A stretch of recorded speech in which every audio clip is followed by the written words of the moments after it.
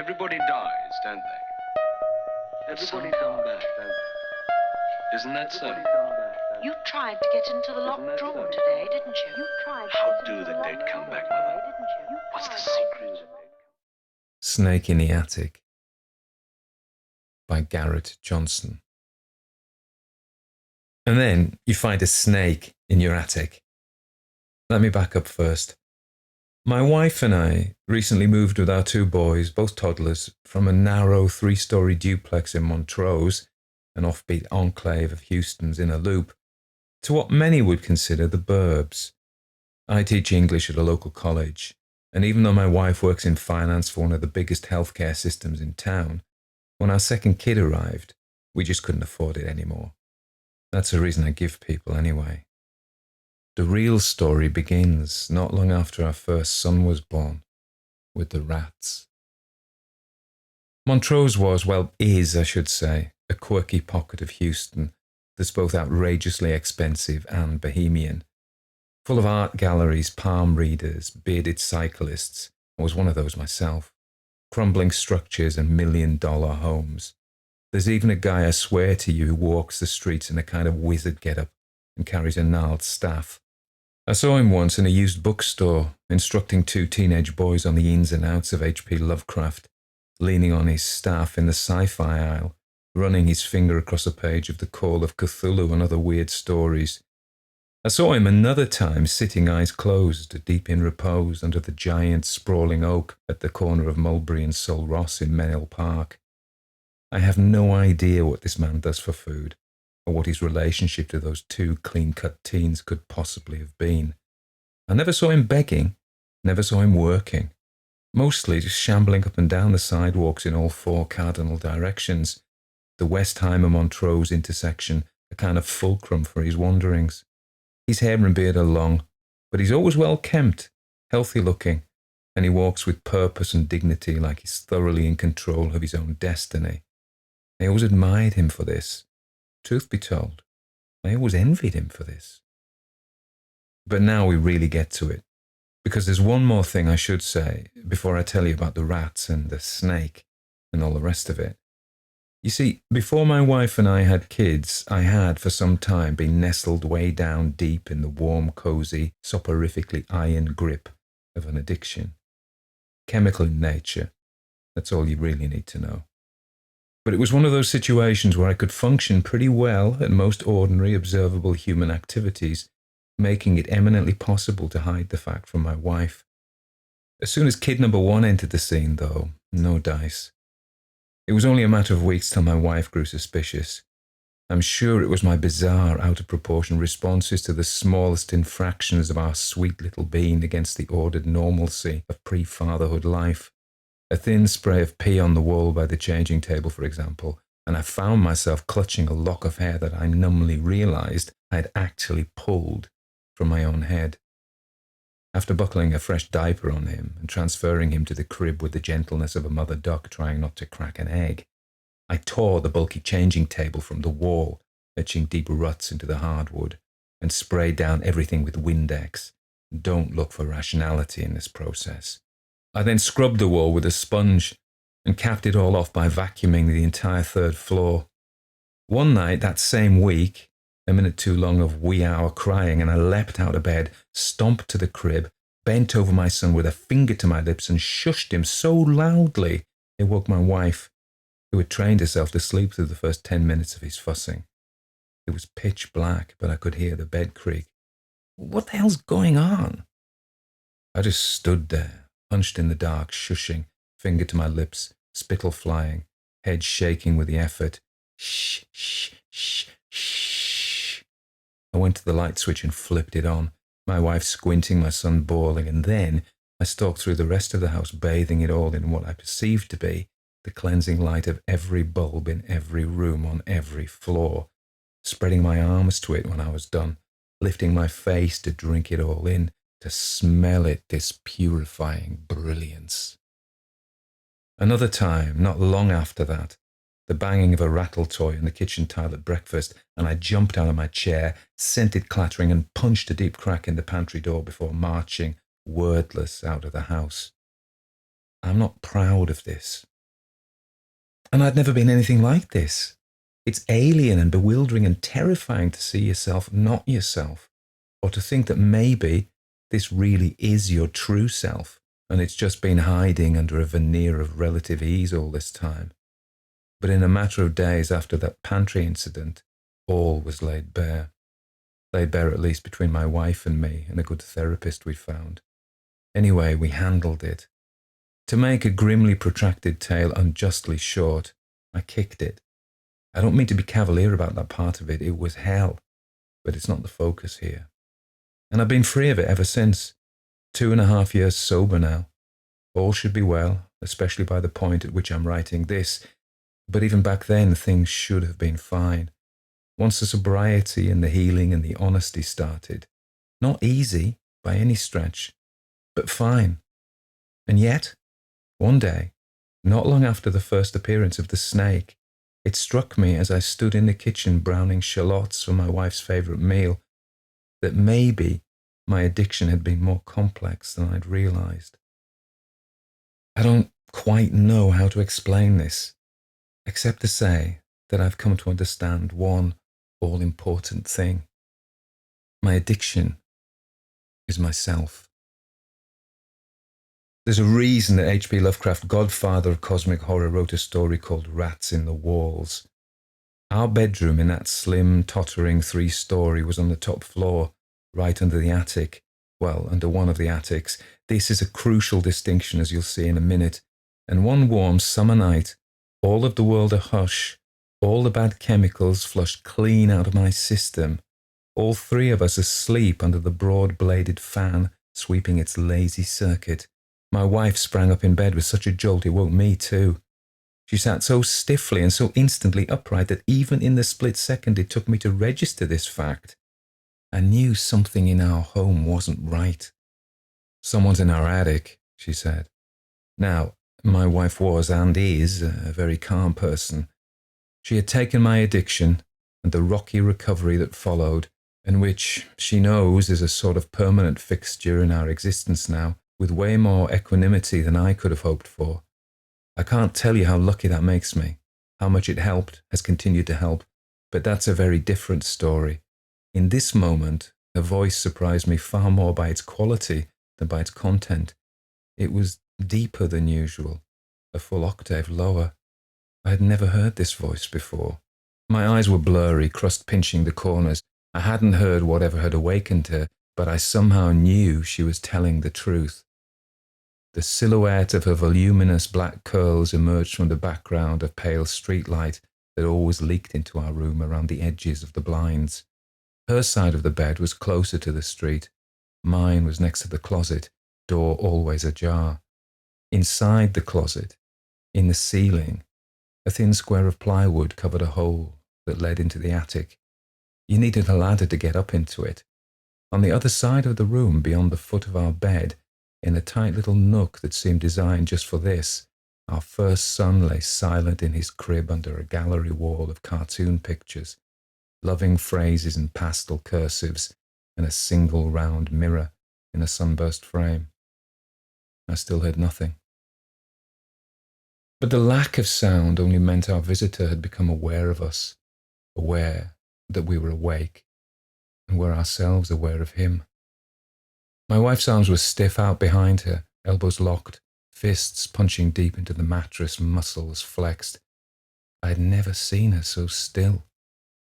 After a silence so long, I began to wonder if I was dreaming.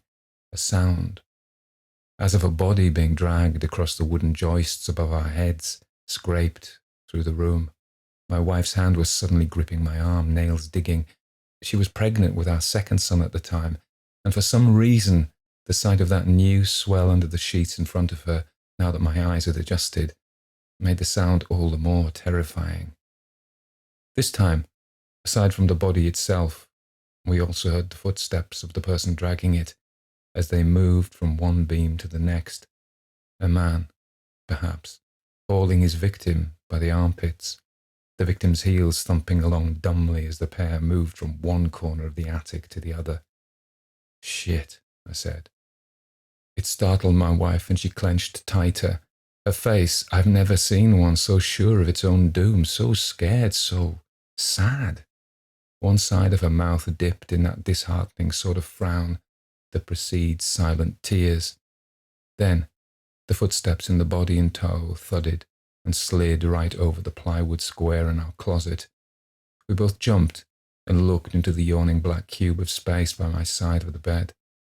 The steps above us had a shuffling element to them, like this killer, or whatever he was fatigued, or maybe just being nonchalant, which was actually the worst possibility I could think of.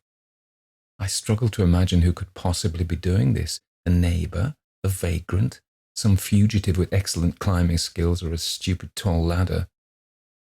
Long story short, it was rats. Eventually, towards the end of that single fraught hour, we figured it out. It was partly, I think, the fact that the movement was so unceasing and apparently random that I had begun to suspect even a criminal desperate or crazy enough to stash a body noisily in another person's attic would have no ghost of a reason just to drag it around here and there for a whole hour. So, around 3 a.m., I grabbed a mag light and the wooden bat I kept near the side of my bed. I moved my side table over to the closet below the cutout, stood on the table, clicked on the flashlight as quietly as I could, then slammed a wooden square up with the bat, shining my light around the attic in all directions. I saw nothing, but the sounds persisted. And then I knew, and I breathed easy. "Oh my God, what?" my wife yelled. I chuckled and climbed down. "Damn," I said, rubbing my eyes. So, our intruders had given themselves away by their movements. The very thing that had frightened us had served eventually to reassure us. Not so with our next intruder. Quite the opposite, in fact. The thing about snakes is that they make zero noise. They also stay really well hidden, and you almost never suspect their presence till it's too late. This is as true inside a home as it is out in the wild. The night I became aware of the snake in our attic, I woke in bed and looked over at my wife, just as I had on the night of the rats, as we come to call it. But this time she was asleep, lying on her side facing me, knee pillow between her legs, mouth open, rumpled sheets half off, silvery moonlight tracing the outline of the beautiful curls against the black world around her. We had been rid of the rats for 2 or 3 months by this point, and had found ourselves in a miraculous stretch of uninterrupted nights of sleep. It's astounding what 3 short months can do to an infant's sleep preferences. We had hired a company that specialized in sealing off residences from pests of every type and size. They were good. Amazing, in fact. They'd closed off every possible point of ingress or egress, which had kept all new critters out, but had also trapped a number of critters in. Our living and sleeping areas were never encroached upon, but our walls and attics were a circus of activity for a solid week.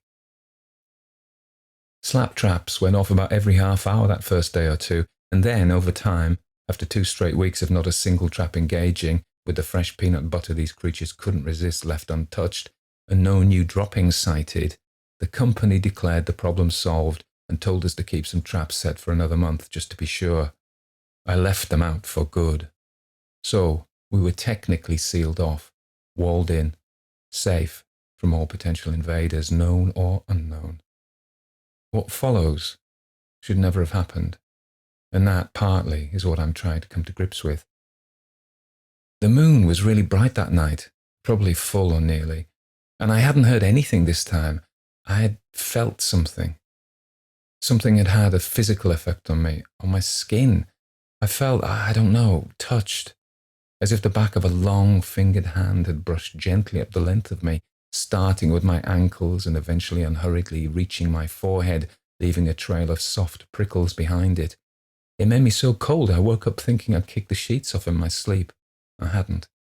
After turning to see my wife still asleep, I felt a second wave of those soft prickles follow the first wave's pattern, slowly, precisely, leaving goose flesh in its wake.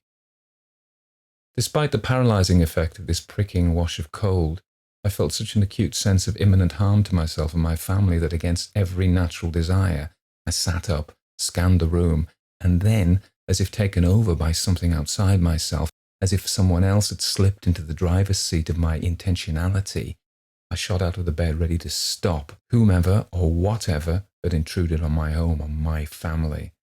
This surprised me. I'm not naturally a very brave person. Since childhood, I have woken from nightmares many times to find myself paralyzed, unable to exert my will enough even to open my eyes, look around, see if my fear has any merit. I will in these cases usually fade over a couple of fitful hours, back into an uneasy sleep, until morning finds me relieved and shaking my head at my irrationality. But this was very different. Whatever had awakened me this time had had a distinctly tangible effect on me, and it extended beyond me now to everyone else here, to my wife and our son. Without further thought for myself, I snatched the heavy mag light from beside my bed and strode across the room towards my son's crib. I didn't think, didn't care, didn't bother about waking him and ruining everyone's sleep for the rest of the night. I just had to know he was okay, that he was there. I teach English, as I've said, so a line from a novel came to me in that moment, a moment that extended itself out before me in a kind of mocking eternity as I stepped across the room, training the beam of a dying battery in my son's crib, trying to decipher whether the lumps were only his blankets and those pacifiers with soft little animals attached to them, or were actually him, my son's small body. In the half-second it took me to reach him, this line came to me from some novel I can't now recall, and filled me with nausea. You do not know what it is to fear until you have a child. When I finally reached his crib, I saw that it was him, the small lump near the end of his head, the bigger one in the middle of his bottom and raised up slightly because he always loved to sleep, when he was of that age, on his stomach, with his knees pulled up under him and his arms tucked into his chest, his fists in little balls. I was hot and sick with worry, nearly to the point of vomiting. He was so still, and a new terror struck, the thought that when I touched him I might find him cold, that the weakening beam in my hand might reveal him to be blue. Temples thumping, I reached out, put my hand flat to his back, and felt the miraculous warmth, the divine rise and fall of well-patterned breathing. Life. I felt sledgehammered in the back of the head with relief and literally had to sit. I slid down the wall that was just a couple of feet behind me in his little crib nook, laid my head on my knees, and I'm not ashamed at all to say, cried quietly for a good 5 minutes. Thank you, I whispered to the dark. God, I said, thank you. I found words tumbling out of my mouth into the silver-black night towards my son's crib. My dear boy, I whispered, covering my mouth with both hands, looking up at his lopsided profile, drinking him in. My boy, my boy. Across the room, my wife sucked in a breath, shifted around till she was on her other side, facing the street now, and settled back into a heavy-breathing sleep. I wiped my nose on my bare shoulder, wiped the tears away with my hands, and wiped my hands on my thighs. I breathed out slowly, trying to be quiet, not to sniff. And then I felt it again. It started at the crown of my head this time. From there, a silken touch brushed down my back, slowly, evenly, then up the undersides of my legs and down again to my ankles, that same wave of subtle pricks trailing after it. I was freezing again. What is there, I thought, to my back? That question came to me, and then the answer. The other attic. The attic with a small door on the same floor as our own, down the hall and around the corner. The hobbit door, my wife and I called it. It was about 3 feet high, and I had to crouch half over to get through it. Once inside, though, I could stand up fully and walk a narrow strip of space between the steep roof on one side and the wall of bare studs and exposed insulation on the other. This narrow strip went back a good 20 or 30 feet. The whole space, other than that narrow strip, was packed to the rafters. Old suitcases, a spare mattress in dusty yellow plastic, boxes for computer monitors and toaster ovens, hermetically sealed containers of childhood things like stuffed animals and pillows with names stitched into them. Again, as with the rats, I had the idea that maybe someone had snuck in with evil intent, had hidden away till the dead of night when they could emerge undetected. Again, I was wrong. I stood from the floor by my son's crib and turned, shined my weak beam on the inside of our bedroom door, For a moment, I just stood, facing our closed door. But then I took a step. I had to. What else could I do? And so I walked, heel to toe, on the outsides of my feet, sticking close to the wall to avoid the creaky spots in the wood. When I reached the door, I turned the knob without a sound and crept out of our room, feeling that I had to see for myself, had to confront this, whatever it was, however terrifying. Not knowing what exactly I would do, but feeling the pull of the inevitable, I crept down the hall till I reached the miniature door. I grasped the knob, turned it, held it there. And then I listened. I heard nothing, nothing at all. The whole city seemed asleep. But I knew I wasn't alone. We, my family and I, were not alone. I jerked open the door, dropped to a crouch and shined the maglite beam down the narrow strip where the attic was standing height. And there was nothing. Nothing yet, at least. If some intruder was in there, he was hunched low, and I knew there was only one spot where anyone could conceivably hide, at the very back to the left, between the rafters that formed a kind of slanted wall and a big car seat box. I stayed bent, stepped one foot through the doorway, then the other, careful to avoid the rat traps along the perimeter. I shined the beam steadily toward the back, inched forward, staying crouched even though I didn't need to anymore.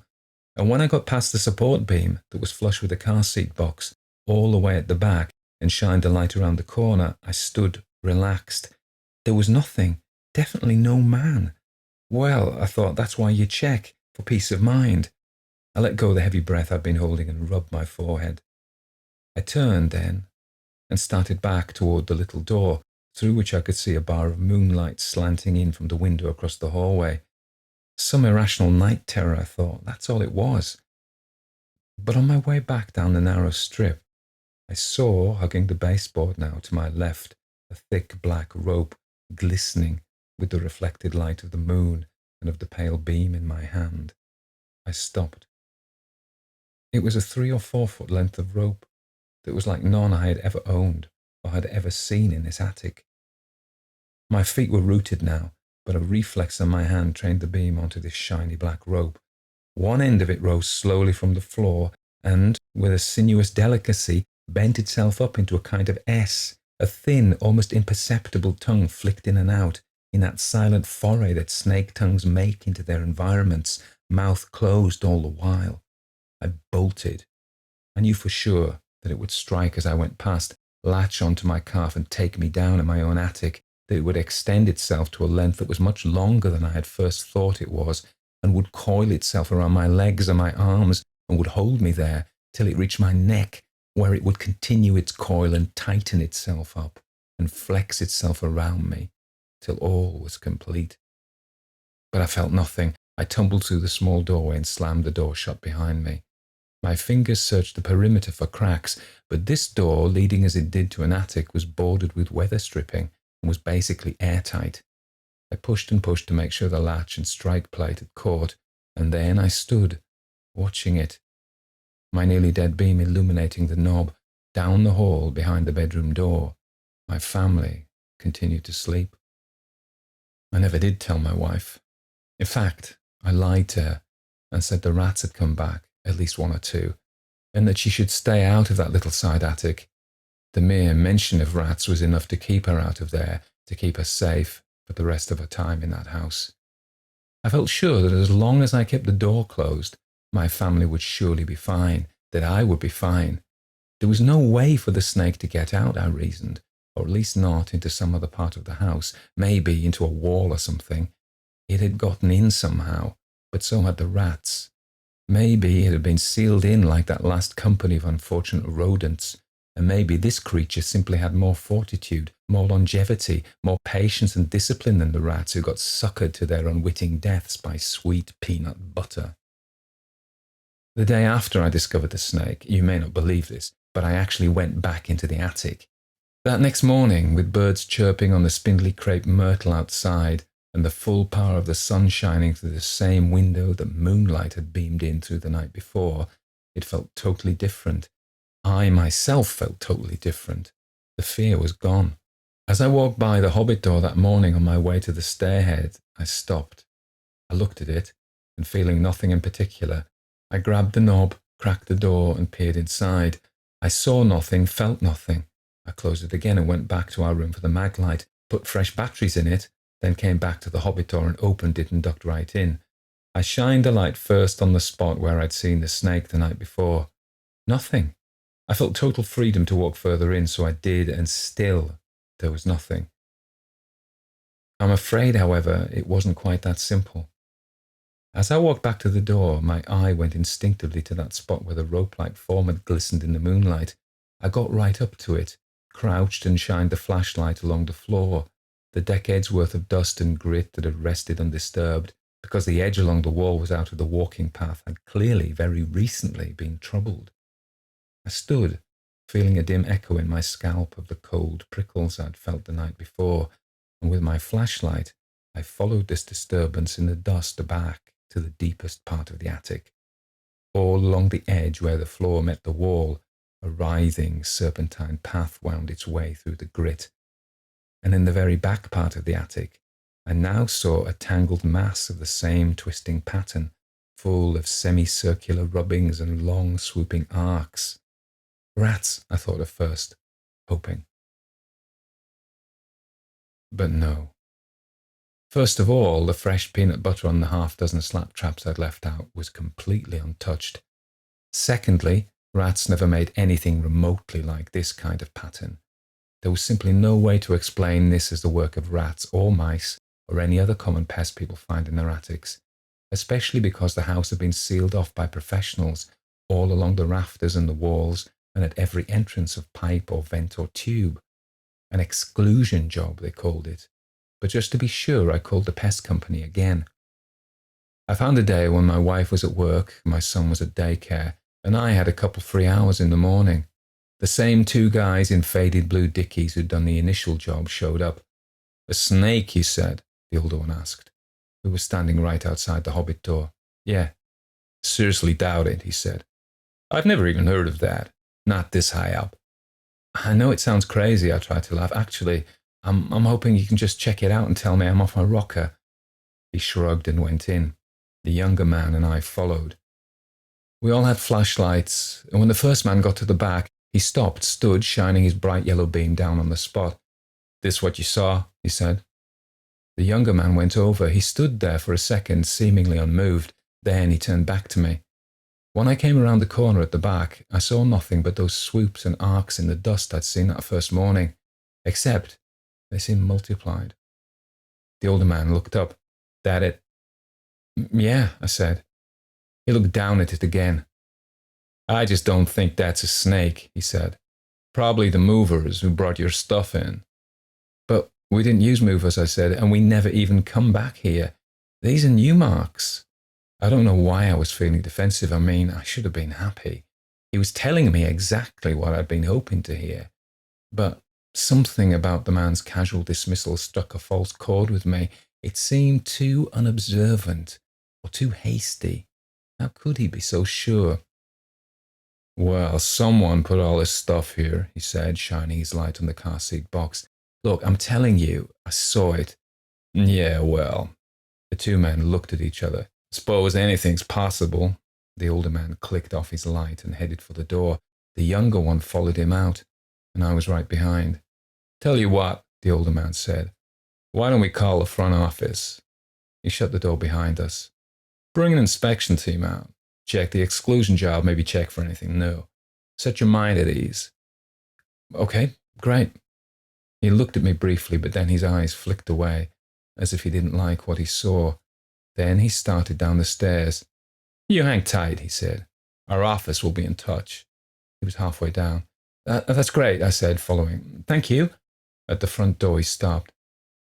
"Good luck," he said, shaking my hand, pulling a tight, close-lipped smile. "Give us a call if the rats come back." "Will do." And the two of them were out of the door into the blazing Houston heat. An inspection team did come out the following week. Cost me $85. They spent 2 hours checking things on the roof, under the eaves, at every jack and pipe and exhaust vent and seam. They even went floor to ceiling in the attic itself, and they swore to me all was shipshape, no weak points anywhere, and no evidence of any new pests of any kind. But what about those tracks? I said. Did you look at them? The man in charge, some sort of supervisor, pushed up the bill of his khaki ball cap and looked at me, breathing heavily from his work. He started taking off his gloves one finger at a time. I felt, as he looked at me, for some unaccountable reason, ashamed, embarrassed. Yeah, he said. I sure did. He stuffed the gloves into a back pocket. Don't know what to tell you about it, but I can guarantee you there's nothing living in there. And it's airtight. I called the company again maybe a week later after tiptoeing in one morning and finding fresh patterns in that back area to the left. They said they didn't have anyone available right then. In fact, not that whole week. And come to think of it, they said, they were pretty booked the following week too. They asked if they could call me back. I said sure. They never did. And they never returned any of my calls after that. I actually understand. Whichever way you slice it, I can't blame them. I have never to this day taken the minute or two it might require to look up whether any solid black snakes in Texas are venomous. It occurred to me once that the thing might not have even been dangerous, but in a way it doesn't matter. The mere presence of a snake in our house with me and my family, even shut away in an attic where it couldn't escape, was intolerable. I was always thinking of it, always aware. But as the weeks and months went by, I realized that the last thing in the world I wanted was to go looking for it again, to actually see it. I would be downstairs in the kitchen, the room just below that attic, cooking paella with my wife, our son playing with his little Dr. Seuss redfish bluefish toy on the floor, Spanish guitar music filling the air, safe and sugary mocktails sweating on the counter, my wife laughing at some dumb quip I'd made, telling me to taste the sofrito and see if it didn't blow the stuff from our tapas place out of the water. And I'd take a sip from the end of a wooden spoon and I'd find my eyes drifting to the ceiling, wondering where it was at that moment, what it was doing, what it was sensing with its sightless eyes and ever-roving tongue. I felt, too, that it was my fault, like I'd let it in somehow, like I had somehow allowed or invited this serpent into my family's home and put them all in danger, if not in mortal, immediate physical danger, then in danger of a malign, intangible darkness that would permeate their world and be part of their lives forever. I couldn't stand it. 8 months later, we sold the unit. My wife had delivered our second son by that time, God love him. I know people say you should never make two major life changes at once, like having a kid and moving homes, but I couldn't wait anymore, not with another little one in the house. My excuse was that 2 tiny bedrooms, 2 stories apart, the ground floor room had been my study up to then, just wouldn't work for the 4 of us, not with all the months of night feedings and up and down comfortings and the eventual space requirements of multiple kids and a professor who needs somewhere to grade papers. My wife was all for it. I mean, she was as sad as I was to leave Montrose, all the stroller walks to local coffee shops and farm-to-table restaurants in repurposed bungalows. But such cultural niceties are totally sacrificable if the altar on which they burn is designated to sanity and to family, to others. In any case, here we are, new place, new phase of life, and I have to say, so far so good. Still sober, no blips in that department, and I find myself a part of more joy on a daily basis than I have any warrant for expecting. But I do wonder sometimes whether the new owner has had any problems. She's a single woman who got a job in another nearby college. I'm glad it's not mine. I'm also glad that there aren't any kids in the house. I never told her about it, obviously. I mean, how do you put that on a seller's disclosure? Slithery shadow in the back corner of lower attic may cause unpleasant dreams. But I do wonder sometimes. I wonder whether it's still there, a silent, dormant presence in that same shadowy corner of the same physical place, or whether it's moved on, maybe found a way out, or died, or whether, look, I know this sounds irrational, but I sometimes can't help wondering whether this sort of thing travels. I wonder if it has the power to follow me, I wonder if such a thing, which doesn't travel in public and doesn't move fast, could still somehow follow a person from house to house, city to city, phase to phase. I wonder this too. If the snake cannot in fact follow me, or at any rate doesn't, will it stay put in that attic, slithering around in some perpetual figure eight, living off black air and dust, never making its presence known to the owner except through dim sensations now and then, that everything in her life is not quite right, that something, somewhere, is off?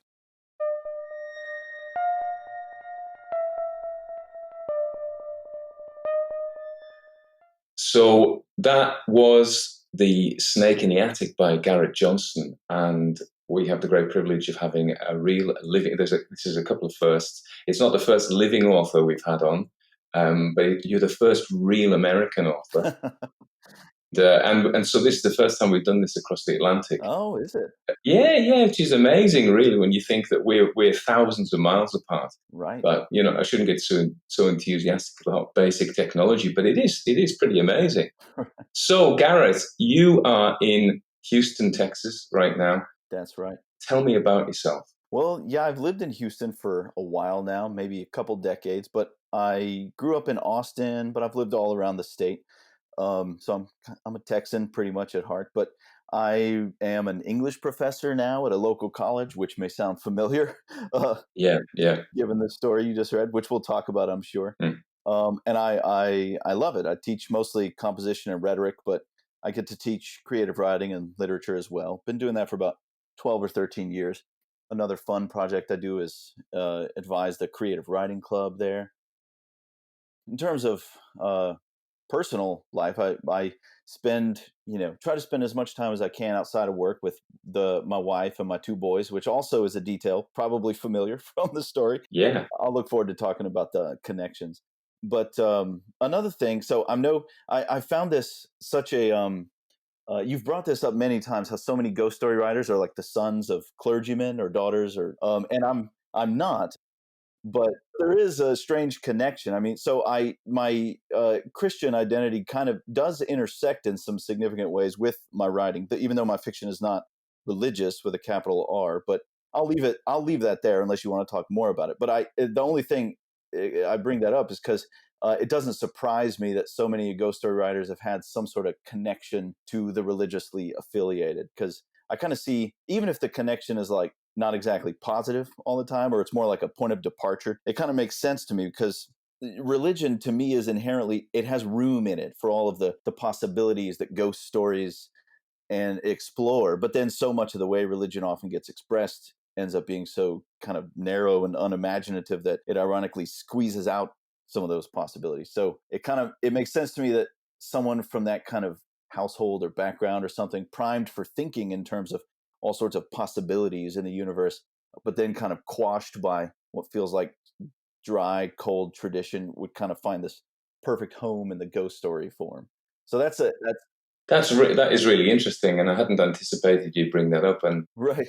as you're saying it, I'm thinking about it because it is astonishing how many people are either clergymen, Right, or the sons and daughters of. Mm-hmm. And I suppose a couple of thoughts occur to me. The first is that Mm-hmm. if you're coming from that background where you not take for granted, but it is a fully accepted part of your reality that there are non-physical realities. Right, metaphor. Yeah, I guess so. It's easier to step into that world, whereby I suppose if you're coming from a physicalist, scientific drive, then you believe the universe is a machine that works without anything really, is dead basically. So I think I hadn't thought about that, but that makes sense. But that also makes me think, because I love people like Lovecraft and others who are coming from a physicalist background, and it's always been so fascinating to me that Lovecraft could envision the kinds of monsters and things. And that's a different. So I don't mean to imply, in other words, that kind of imagination or something only comes from a religious background, but it makes sense to me that as you put it, that there's some pre-priming that can happen in people's minds from coming from those sorts of backgrounds that make them feel probably fairly comfortable in this type of form. And I know that the church hasn't always been happy with, although it's never denied the existence of spirits. It's sometimes not been happy with this the darker side, because I suppose hauntings and horror stories.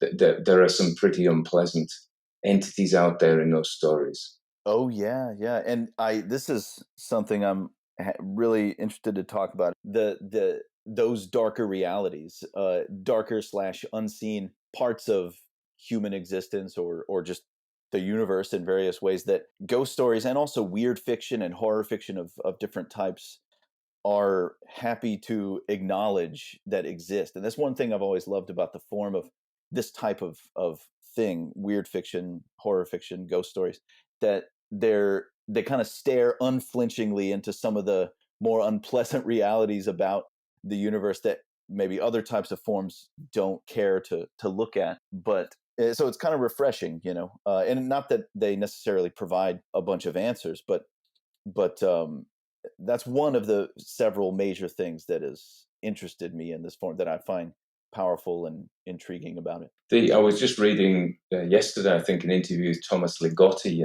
who, and I hadn't actually realized how dark his worldview is. Oh, He is complete. I don't know if you'd call him a nihilist, but right. he sees nothing good, and it's sort of that Lovecraftian idea Yes. that humanity is a big mistake and really should just all be extinguished. Right.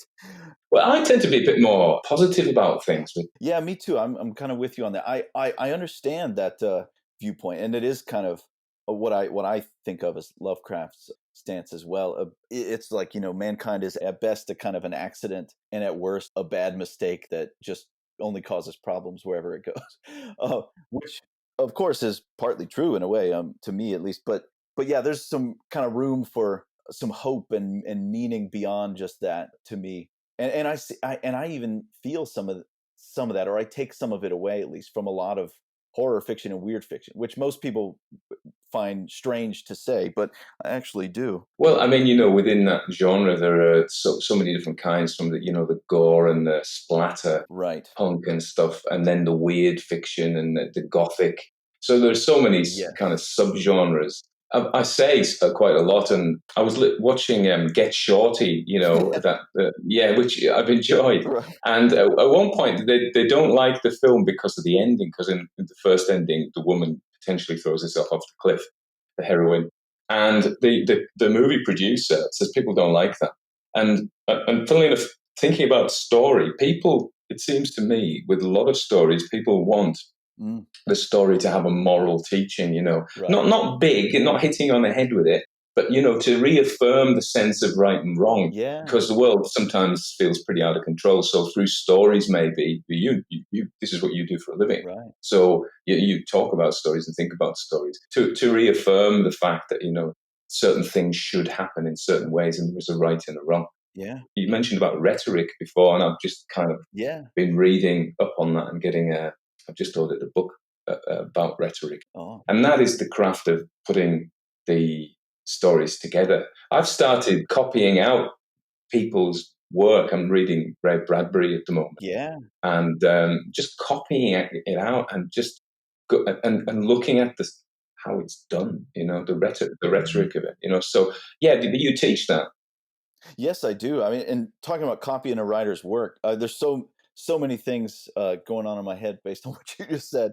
But I love it. A lot of really celebrated writers have done the same exact thing, though. I remember one person would take Hemingway, and before she would sit down to do her daily writing, would copy 2 pages of Hemingway just to like see and feel how it is done by a master. But in terms of rhetoric, it intersects to me with storytelling in a big way. And I actually teach a special themed version of composition rhetoric too, that's called Heroes, Villains, and Storytelling, about how kind of narrative categories for thinking can be they're so automatic, which I feel like you're touching on a little bit. And in some ways that's very helpful and very good. I mean, we see, a right and a wrong, and this is one of the things about ghost stories specifically that I was going to mention that I love, that there is. It feels like when you're reading a good ghost story, you're kind of in contact with the basic primal moral sensibilities of all people from all times, in all places, where you know justice gained for people oppressed or wronged and things like that, or at least a nod toward, a sense that should happen. But the poetic justice that often happens to the oppressor, the bad person. I just read a novel by Hawthorne, the House of the Seven Gables, where that's Nathaniel Hawthorne, yeah. yes, Yeah. yes, exactly. And that's exactly the kind of thing going on. But to backtrack about rhetoric, so the kind of thesis of that course of mine is that stories have such a power to influence people, but also to kind of shape meaning in a way, right? To help us put things into a certain grid that we can understand them, and our lives as well. So it's very easy and instinctive to think of ourselves as the heroes and the other as the villain. And that can be problematic, right? In obvious ways.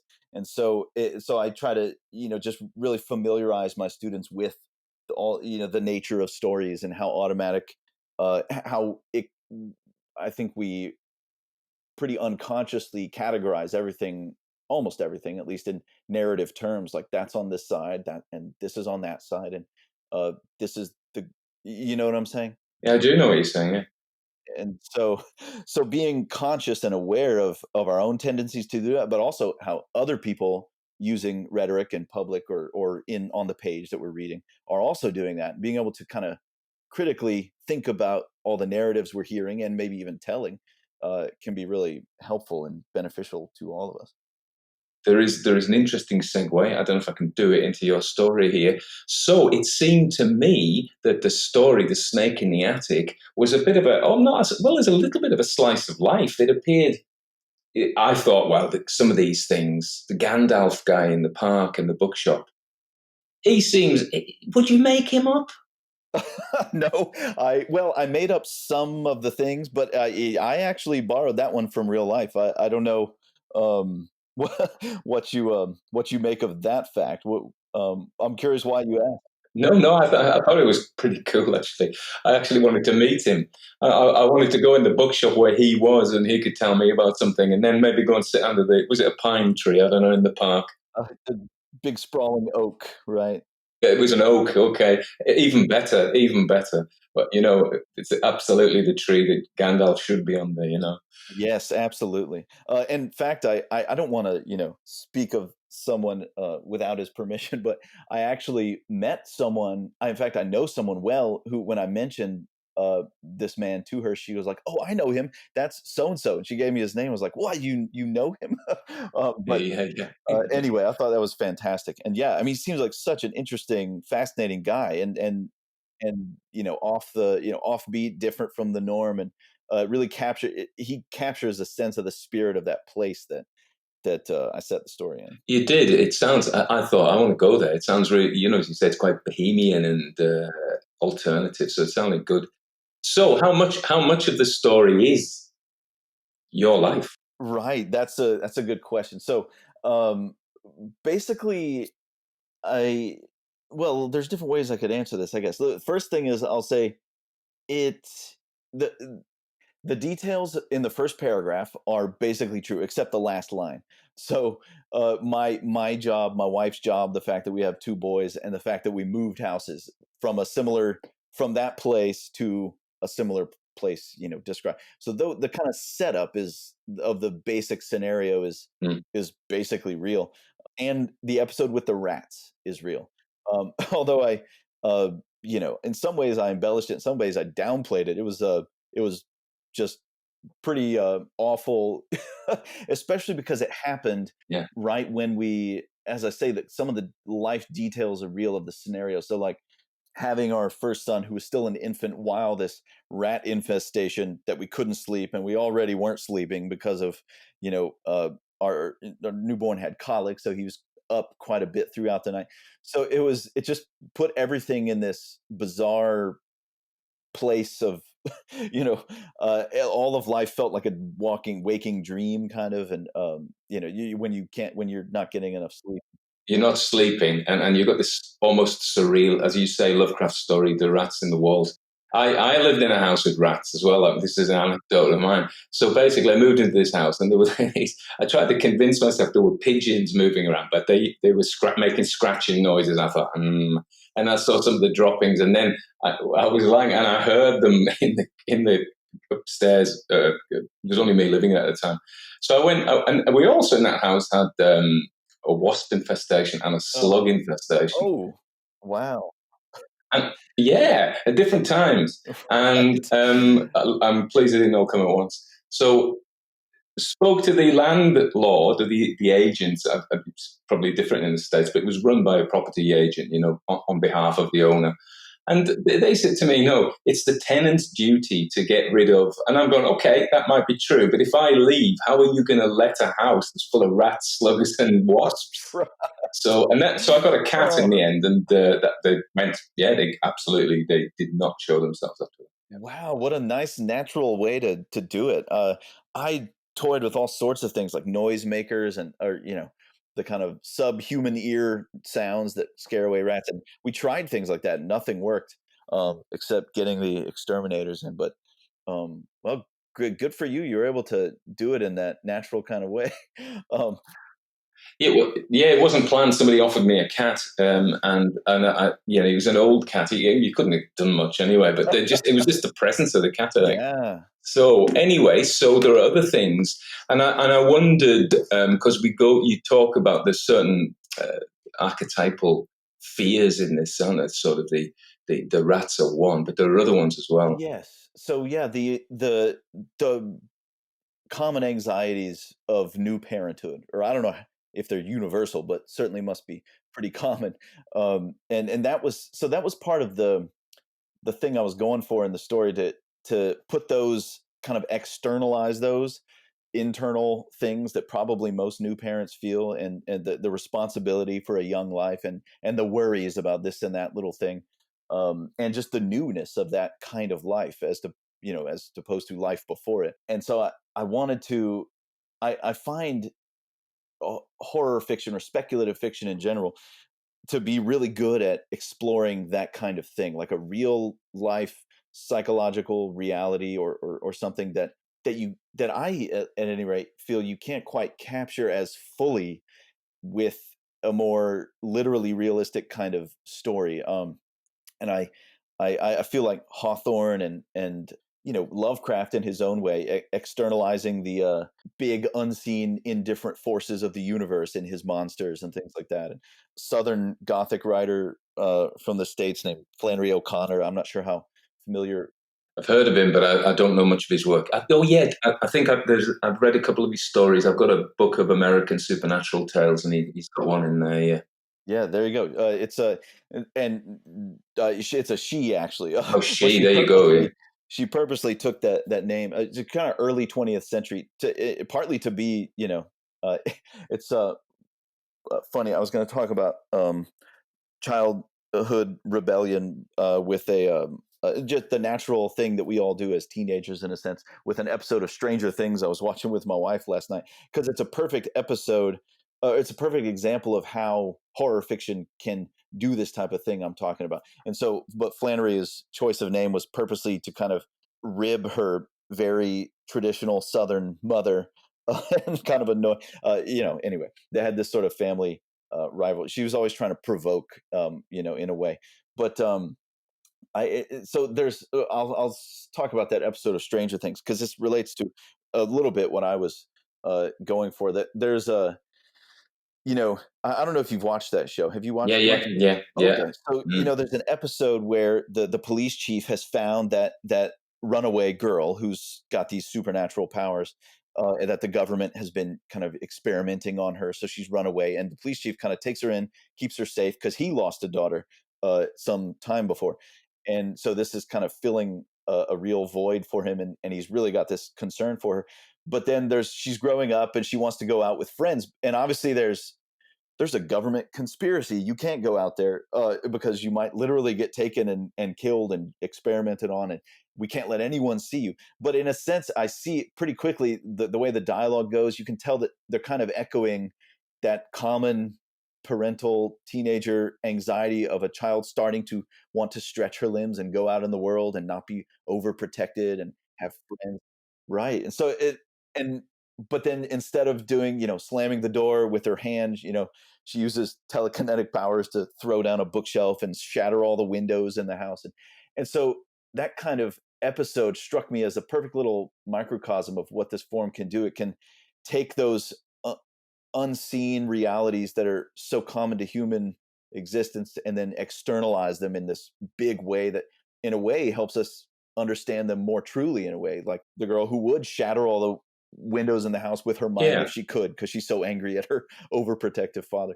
And so with this story too, I was kind of trying to do that, kind of amp it up. The snake kind of functions as that, because that is not real. um, Okay, I was going to ask about that. Right. And I did want to make it something and to tell it in such a way that it could plausibly have been real, because I took my cue partly, or inspiration partly, from a lot of M.R. James stories and Haruki Murakami, who both will, and this is a pretty common ghost story writer type of thing, but I've seen it also in weird fiction tales with Murakami and another American writer named Brian Evanson, who may not be as well known. He teaches at Brown, though, so he lives where Lovecraft used to live, which is kind of cool to me. I don't know him. I know Murakami. I mean, I love Murakami stuff. Yeah. I love it too. Murakami and has had several stories where he does this thing that James seems to often do, which is first person, story, which is also very common for a ghost story, but or sometimes weird fiction too. And saying, basically setting it up as if it's him, the writer, telling the story, and not a fictional narrator. When it is, and James, it's often the narrator's doing probably exactly what he actually did. It's a break from term, and so I thought I'd do some research and go to this part of. Yes, some old church, yeah, somewhere. Right, exactly, and examining the same kind of texts and things that James would have. And so Murakami, I wish I could remember the story now, but he talked about, his wife and his life as a writer, and he has friends who told him there was this thing he might find interesting. And then it starts out all very plausibly enough, but then it gets very weird at some point, and you can tell, okay, there now definitely fiction is coming in. But it just lends an extra sense of, verisimilitude to the tale. Kind of, I think, sucks readers in, especially if they were to do a little research or know me, and they were like, "Oh, this is like real." But then, whoa, that happened. I've had people actually ask me, "Did that really happen?" But It's very plausibly stitched in because you've got these features of the infestation and the exterminators coming in the place you live, and the as you say, the anxieties of parenthood, and then the snake, and it's plausible. Okay, the exterminators. What did they say at some point? It's unlikely to be a snake so high up. And what do they mean by that? High up in the building, or yeah, I was thinking like third story up in a building with just straight brick on the side. Although, as I understand it, snakes can climb things. I don't know how, but again, I've never actually heard of one in someone's third story attic. Are you familiar with snakes? that possibility? We don't have many snakes. We've got some vipers, but I've never seen one. I've seen some grass snakes, but I think we're too cold for them. But I mean, we have the listeners in Australia and other parts of the world which are hot, India, so they've got plenty of snakes. I mean, it occurred to me, as the narrator even says at one point, I didn't even really bother to. I kind of wanted to keep it a sort of unresearched thing, but to keep it kind of informal and just from this first person narrator's perspective. It almost doesn't really matter if it's actually plausible or not, because it's so weird. That's what the narrator says, but that's also kind of the attitude that I, as the writer, took. That even if it is technically possible, I've never heard of it. It's unusual enough, and the narrator connects it to what's going on in his life, and even what's kind of going on within himself. And that's where the addiction element came into it. That also is fictional, but at the same time is so much stuff that fiction writers put into their stuff, it even though it's technically fictional, it still kind of speaks to something real, you know. He says something. He's saying, I realized deeper down my addiction was myself. Yes, So yes. I wasn't sure about the snake. The fact that these guys who do this for a living, they come and do the extermination, they are pretty certain it isn't. That is a clue, it seemed to me. And then you say about black hair and dust. If the snake can follow the narrator once he leaves the house, and I really like that line, and stay living on black hair and dust. I thought, wow, that's a really good line. So yeah. So I took it at the end. I thought, no, it's a metaphor. It's a symbol of some kind for the deeper disquiets that you've hinted at. I think. Right. So it definitely was meant to be symbolic of those very things, like those. And you've talked a lot about the Jungian archetypes, and it was some sort of subconscious when I first thought of it, but then I realized, oh, this is sort of like the shadow self in a way.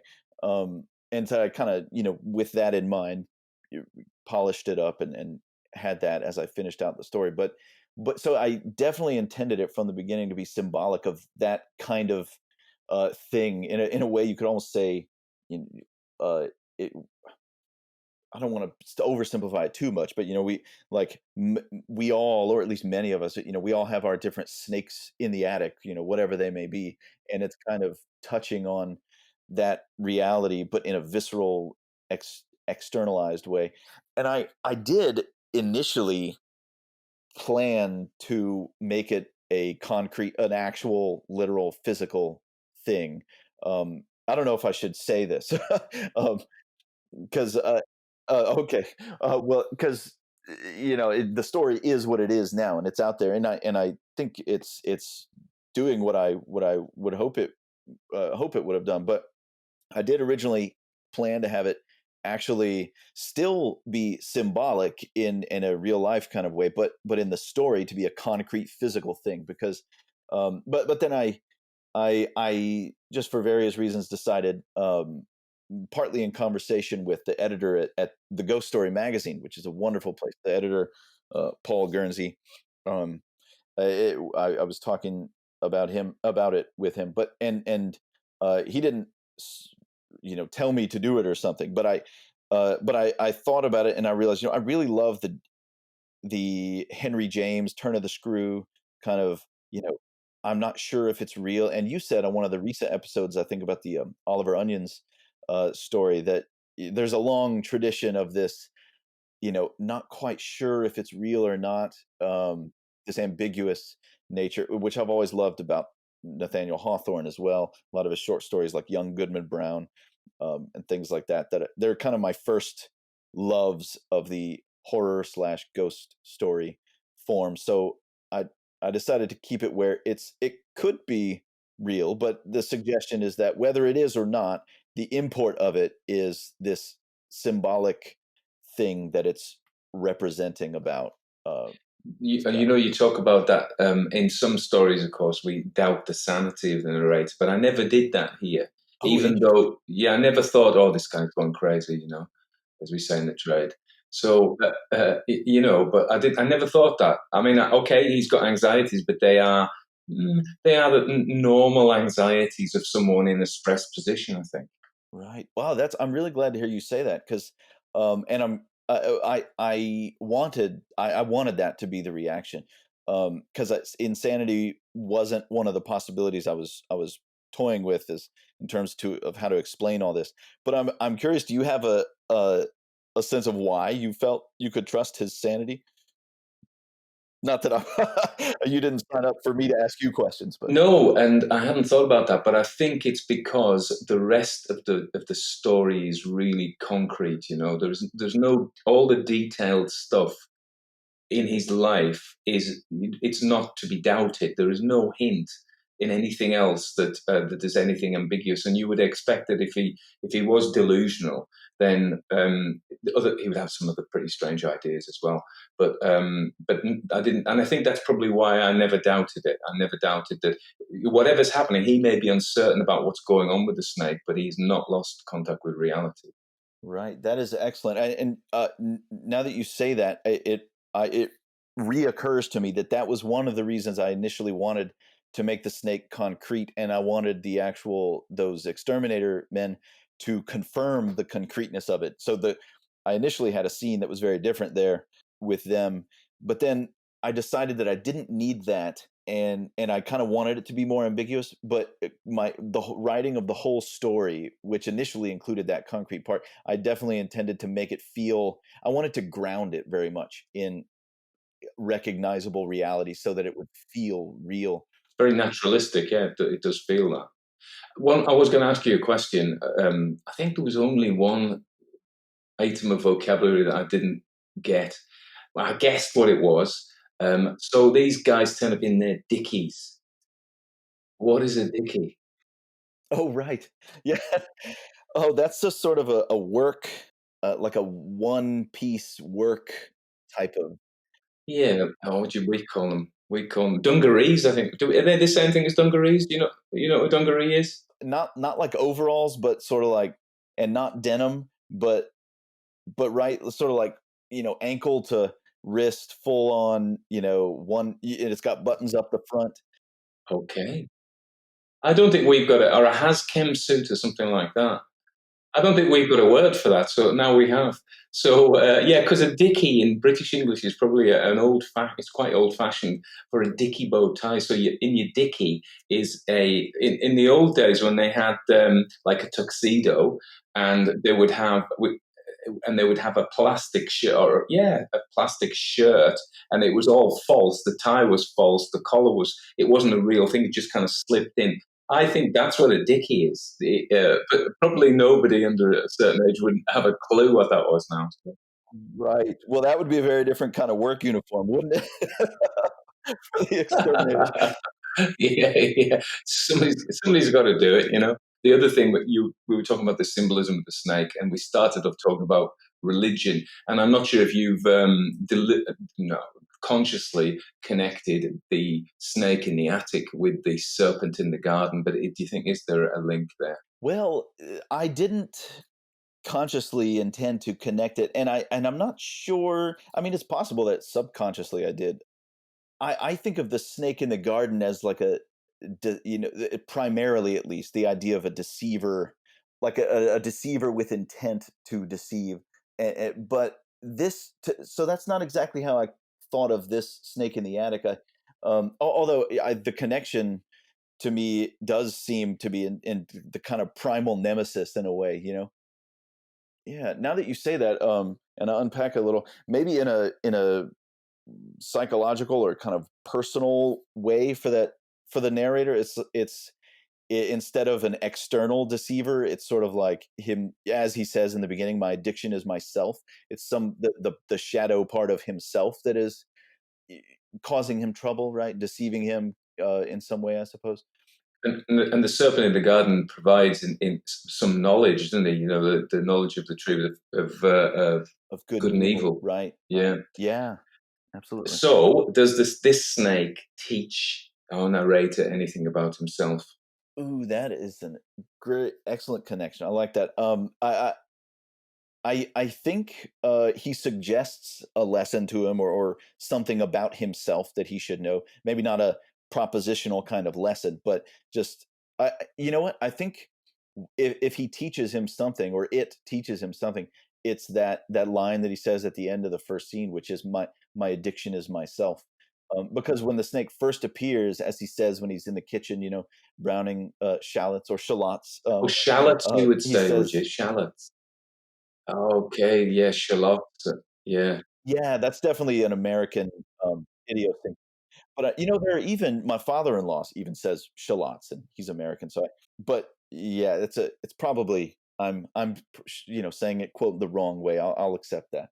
No, no, no, no. It's just we consume such a lot of American language stuff on TV and movies, and you've got it all, and you know all the differences. Especially because sometimes I read out these stories in my American accent, and and there are certain things like herbs, obviously for herbs, and address rather than address. And it's little things like this. So that's one that I didn't know. So yeah, I think he as he's sitting there and he's reflecting that the snake has already taught him something or started teaching him something, which is about himself. It's almost like a physical manifestation, or maybe a psychological manifestation of, or spiritual manifestation of his previously dominant kind of self focus, I guess. That perhaps is intensifying the anxieties that he now has, because life as he used to know it, in his pre-fatherhood existence, is kind of shattered, and in good ways, in good and bad ways, but it's just different now, and it's so different that it's causing perhaps more than it should, and the snake is kind of showing. Well, initially he's very stressed, isn't he, with the Oh yeah. infant crying and all those basic things that kids do, that babies do. Right, exactly. And so, those were extreme things. Also, thank God made up. But again, speaking to a truth that's underneath the surface, right? The exhausted, lack of sleep. I think one of your other modern writers who wrote the story about the mentioned something else, something similar about the exhaustion of. Yeah, it was The Dining Room Ghost by Megan Taylor, which was our episode 48. Yeah. Yes, exactly. And I loved that one. It really resonated with me when. But she was very tired with the infant, wasn't she? And the husband was away. Exactly, Yeah. exactly. Yes, I saw so many resonances between that story and this one. I loved it. Just the challenges and the exhaustion and the newness of the discomforts that come with new parenthood. I wanted to just blow all that up and expand it and intensify it, in order though to say something very true, or to observe something true about that. So that dark kind of speculation on the snake in the attic of our selves, that can be revealed in times of great stress. So in a sense, that part of himself that, as he says at one point, I'm not proud of this. It's alien and bewildering and terrifying to see yourself not yourself, or to think that maybe this really is your true self, and it's just been hiding under a veneer of relative ease all this time. But now that you're kind of put to it and you have to think a lot about another person, and it's really throwing your life off from what you're used to, the dark side of your kind of self-focus, I should say, my self-focus sort of comes out.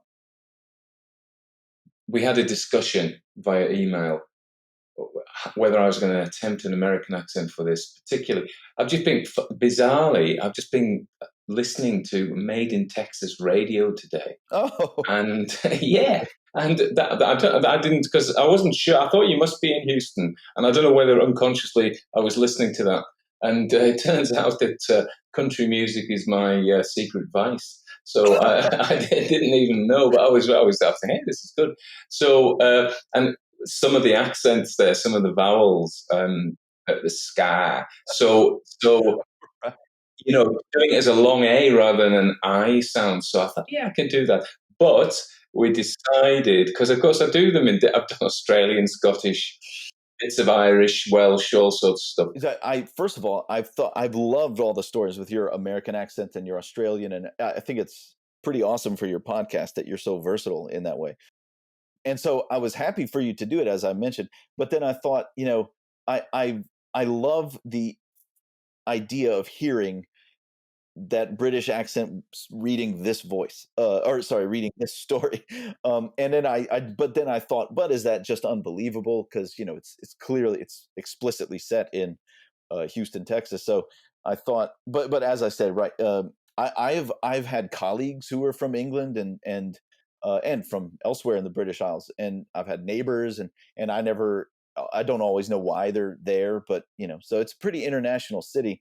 So I thought, well, this is believable, especially because he's an English professor, right? We decided it was plausible to tell it as if a British speaking person had got a job in Houston.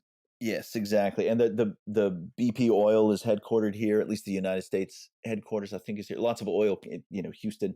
So there, I know that I've known several British people here for that purpose as well. But then colleagues in the academic setting too. My friend Vernon, who I grew up with, went to work for NASA in Houston, still there. So can happen. So it turned out it was plausible for me to do that, and so Yes. Well, so I don't have a website, unfortunately, right now. I do have a few ways people can get in contact with me through the ether.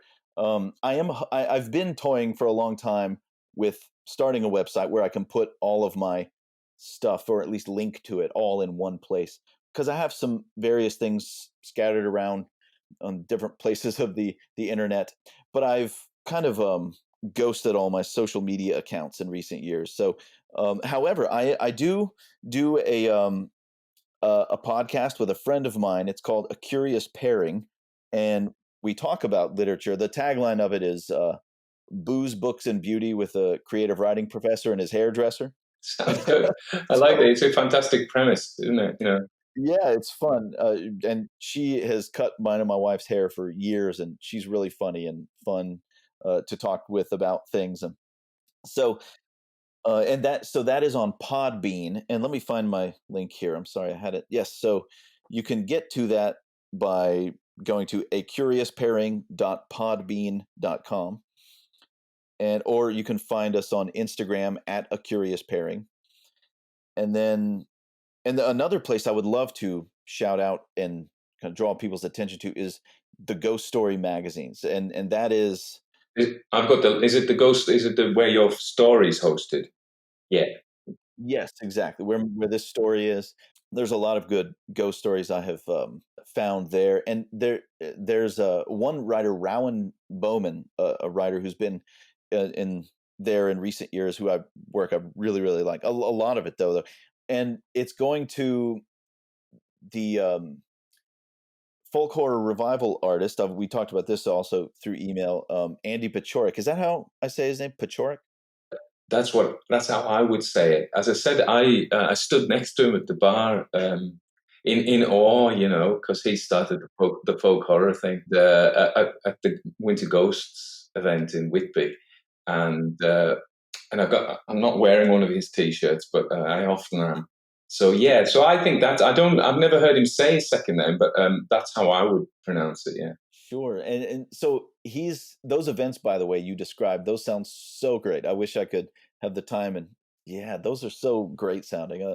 But Andy, so he did a little bit of artwork for the story. He does for these stories that place or in the this supernatural fiction award that's on the Ghost Story magazine. He does original artwork for each one, but he's also publishing a print anthology of a 2 volume. One volume is already out through Weird Harvest Press, WYRD in Durham. So the first volume is already out. My story will be out with others in the second volume, called 21st Century Ghost Stories. So I just wanted to point people to that.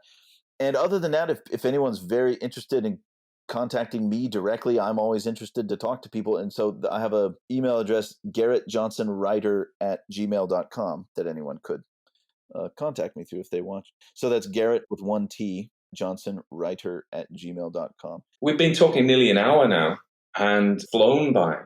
So that's been really, really interesting. We've talked about all sorts of things that I like. So I hope other people who are listening find it interesting as well. Absolutely. I'm sorry for talking everyone's ear off. I could talk about this stuff for forever. No, and that's why presumably people listen. So there we go. So anyway, fantastic, Garrett. So I'll put all those links in the notes. Been really great having you to talk to. And it's still afternoon in sunny Houston, whereas the evening has come upon us in cloudy Cumbria. So there we are. Absolutely. It's early afternoon, although it's cloudy from tropical storm proximity, but so thankfully not so hot. But yes. All right. Well, thank you. It's been great. Thank you so much, Tony. I really appreciate it. It's been fun doing this. Yeah, brilliant. And thanks for your support for the podcast as well.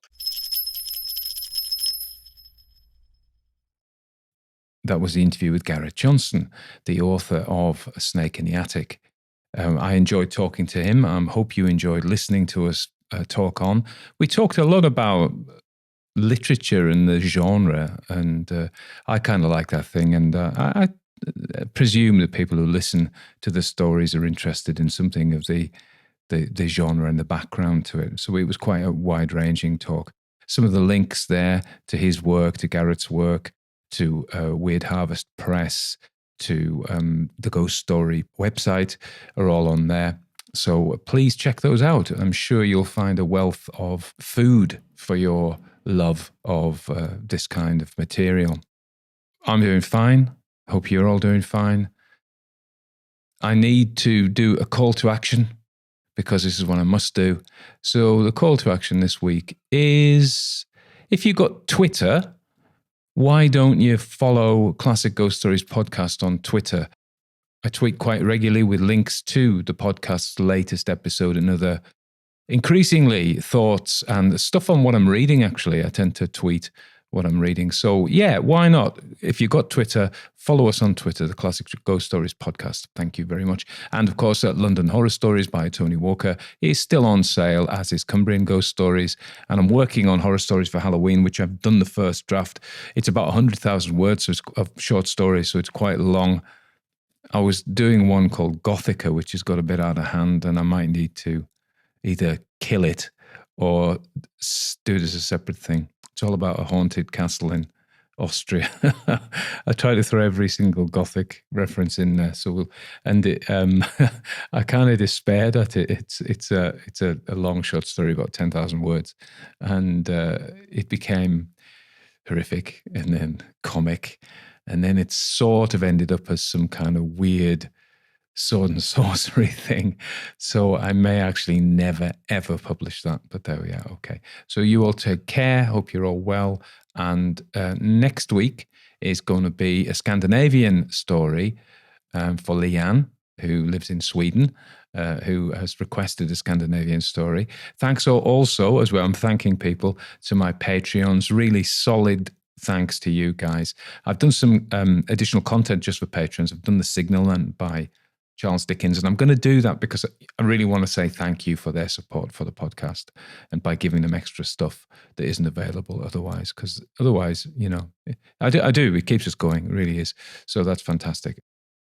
Yeah, Elias and the Drow, I think that's how I'm pronouncing it right. That's how I've pronounced it anyway. So that's one. And after that, another request, I'm going to do Blind Man's Buff. So we've got just endless amounts of stories like this, so they're just going to keep on coming. Right, you all take care, and I will go and listen to Made in Texas Radio again and some class country music. And then some Norwegian black metal.